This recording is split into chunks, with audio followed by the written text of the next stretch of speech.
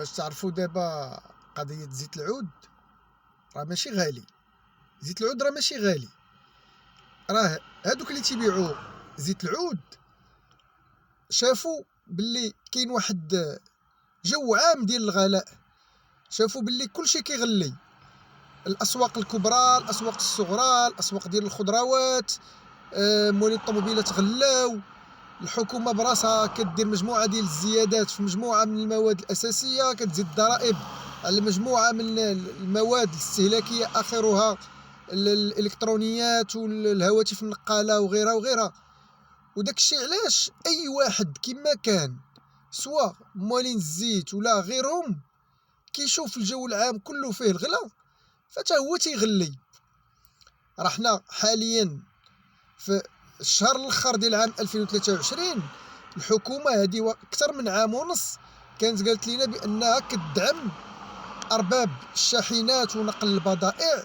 كتدعم لهم المازوت، كتعطيهم واحد الدعم من اموال دافع الضرائب من الميزانيه العامه، واللي وصل فاق واقيلا واحد 2 المليار الا ما خفت نكذب، ومازال كتدعمهم الى يومنا هذا. وقالت بانها كتعطيهم هذا الدعم هذا باش تحافظ على استقرار الاسعار وعلى القدره الشرائيه ديال المواطنين. اليوم كنلقاو ان رغم هذا الشيء هذا ورغم القرار الاخير ديال الحكومه اللي قالت فيه بانها قيدات تصدير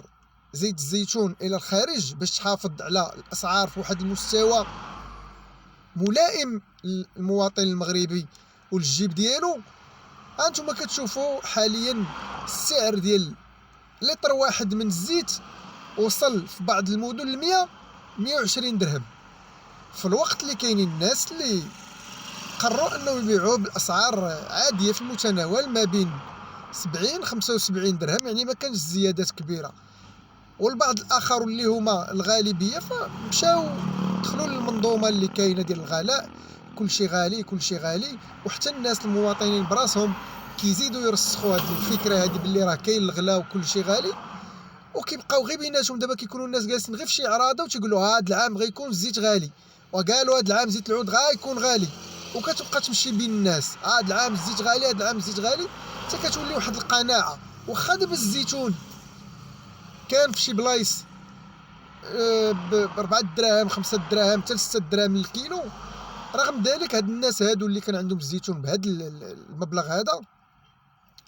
باعوا اللتر ديال الزيت ب 90 100 درهم. وهذا الشيء علاش؟ هذا الشيء كنرجعوا كنقولوا هو ان منظومه الغلاء وغياب اللجان الرقابيه وغياب حتى الجمعيات ديال حمايه المستهلك اللي ما سمعناهاش، وحتى القبول ديال المواطن المغربي اللي باش ما قطعتي له الحاجه كيشريها، ما عندهمش شي ثقافه ديال لا سيدي ما غنشريهاش، الزيت ب 90 درهم 100 درهم ما غنشريهش، ملي انا ما غنشريش وانت ما غاتشريش والاخر ما غايشريش وكلنا ما غنشريوش غادي يولي فائض وغيولي العرض كبير، وهذاك اللي كيبيعو بزز منه غادي يهبط الثمن والا غادي يبقى ليه تما. نفس الشيء هذا الكلام هذا نفس الشيء ما ينسحب يعني ما يتعلق بهذا الشيء ديال غلاء الزيت ينسحب ايضا على البيض. البيض هذا ما يناهز اكثر من عام ونص هما كيبيعوه بدرهم ونص، طلع الدجاج ولا هبط ولا كما كان السوق البيضه بدرهم ونص.